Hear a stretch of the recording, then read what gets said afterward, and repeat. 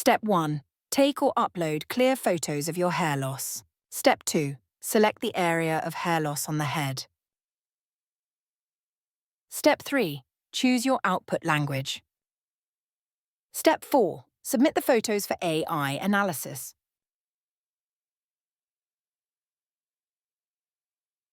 Step 5. Turn on tracking and generate reports. You can view your tracking progress by tapping the red flashing ring in the top right corner.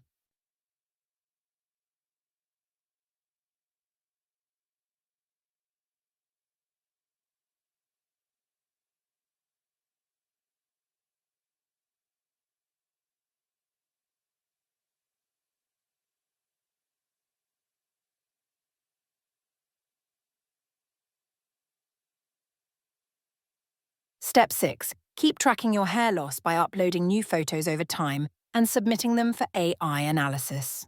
You can repeat these AI analysis steps anytime to monitor changes in your hair loss.